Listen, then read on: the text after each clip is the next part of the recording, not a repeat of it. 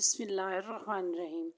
ایک دفعہ سلطان صلاح الدین ایوبی کو جاسوس نے خبر دی کہ سلطان معظم رینالڈ بادشاہ کے قبضے میں ایک ایسا قبیلہ ہے جس میں جو بھی قبیلے میں چاہے وہ عام آدمی ہو یا سپاہی شہید ہو تو رینالڈ بادشاہ کے سپاہی رینالڈ بادشاہ کے حکم کے مطابق سپاہیوں کو دفن نہیں کرتے تھے بلکہ جلا دیتے ہیں۔ وہ کہتے ہیں کہ اگر تم نے اس قبیلے میں رہنا ہے تو تمہیں ہماری روایات کے مطابق چلنا ہوگا۔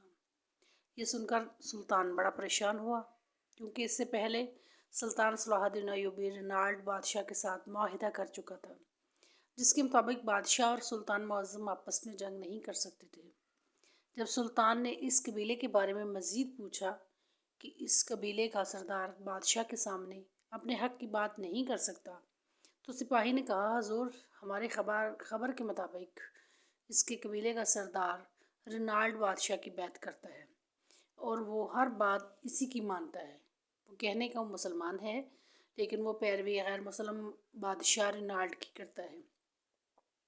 یہ سن کر سلطان صلاح الدین ایوبی نے کہا کہ جب سردار غیر مسلم ہو تو پھر اس کے قبیلے کے لوگ کیسے مسلمان ہو سکتے ہیں؟ تو انہوں نے کہا کہ سلطان معظم، آپ کی بہادری اور ایمان اور سخاوت کے قصے سن کر ان تمام قبائل والوں نے اسلام قبول کر لیا، لیکن اس بد دل اور بد نصیب سردار کو اللہ نے ہدایت نہیں دی۔ وہ سونے کا پجاری ہے اور رینالڈ بادشاہ کی پیروی کرتا ہے۔ یہ سن کر سلطان مزید پریشان ہوا اور کہا کہ میں اس قبیلے کو اس طرح ظالم بادشاہ کے رحم و کرم پر نہیں چھوڑ سکتا۔ جب وہ بادشاہ قبیلے کے شہید سپاہیوں کو دفن نہیں کر دیتا تو ان کو بنیادی حقوق کیسے دیتا ہوگا؟ ان کی بیٹیوں ماؤں کی عزت کیا ہوگی؟ ان قبیلے کے رہنے والوں کا رہن سہن کیا ہوگا؟ یہ سن کر سلطان صلاح الدین ایوبی نے رینالڈ بادشاہ کو ایک خط لکھا۔ فرمایا، بے شک تمہارے اور میرے درمیان صلح کا معاہدہ ہو چکا ہے، لیکن مجھے خبر ملی ہے کہ ایک قبیلہ جس کے لوگ مسلمان ہیں لیکن اس کا سردار تمہاری پیروی کرتا ہے، اور وہ لالچی انسان سونے کا پجاری ہے اور ہر بات تمہاری مانتا ہے، اور یہ لالچ تم نے اس سردار کو دے کر اپنی بربریت اس قبیلے پر ابھی تک جاری رکھے ہوئے ہو۔ میری معلومات کے مطابق اس قبیلے کے شہید سپاہیوں کو تمہارے سپاہی دفن بھی نہیں کرنے دیتے اور انہیں جلا دیتے ہو۔ اگر تم نے یہ کام آج کے بعد نہیں روکا تو میں بھی بھول جاؤں گا کہ تمہارے اور میرے درمیان کوئی معاہدہ ہوا تھا۔ جب یہ خط رینالڈ بادشاہ نے سنا تو اسی وقت اپنا قاصد سلطان صلاح الدین ایوبی کے پاس بھیجا اور کہا کہ ہمارے بادشاہ نے آپ کو دعوت دی ہے اور کہا ہے کہ آپ آج رات کا کھانا میرے پاس کھائیں اور اس قبیلے کے بارے میں بیٹھ کر صبر و تحمل سے بیٹھ کر بات کریں گے۔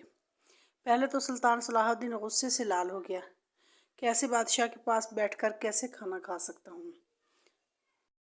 پھر تھوڑی دیر سوچنے کے بعد سلطان نے کہا کہ یہاں بات مظلوموں اور غریبوں کی ہے۔ اگر میں نہ گیا تو اس معاہدے کی آڑ میں وہ ظالم بادشاہ اس قبیلے والوں پر اسی طرح ظلم ڈھاتا رہے گا۔ سلطان نے اس قاصد کو کہا کہ آج رات میں کھانے کے لیے رینالڈ بادشاہ کے محل ضرور تشریف لاؤں گا۔ ادھر رینالڈ بادشاہ نے بڑے بڑے کھانوں کا انتظام کروایا، اور جب شام کا وقت ہوا تو سلطان اپنے 2 سپاہیوں کے ساتھ محل پہنچا تو رینالڈ بادشاہ نے کہا، سلطان معظم، سب سے پہلے آپ کھانا کھا لیں، اس کے بعد اس قبیلے کے بارے میں بات کریں گے۔ رینالڈ بادشاہ سلطان صلاح الدین ایوبی کے سامنے بیٹھ گیا۔ سلطان کے ذہن میں خیال آ چکا تھا کہ اگر بات صرف قبیلے کی ہوتی تو رینالڈ مجھے خط کے ذریعے بھی پیغام دے سکتا تھا، لیکن داول پر بلانا اس کی کوئی نہ کوئی چالاکی ہے۔ ادھر رینالڈ بادشاہ نے سلطان معظم کے لیے ایک منصوبہ تیار کر رکھا تھا۔ جیسے سلطان کھانے کی جگہ پر بیٹھا تو ایک حسین و جمیل کنیز کھانا لے کر صلاح الدین ایوبی کے پاس لے کر آئی، تو جیسے اس نے کھانا سلطان کے سامنے رکھا تو دیکھ کر سلطان نے کہا، یہ کھانا میرے سامنے سے ہٹا دو، کیونکہ یہ گوشت کی حلال کا جانور نہیں بلکہ کتے کا گوشت پکا ہوا ہے۔ یہ سن کر رینالڈ نے، سلطان معظم، شاید آپ کو غلط فہمی ہو گئی ہے۔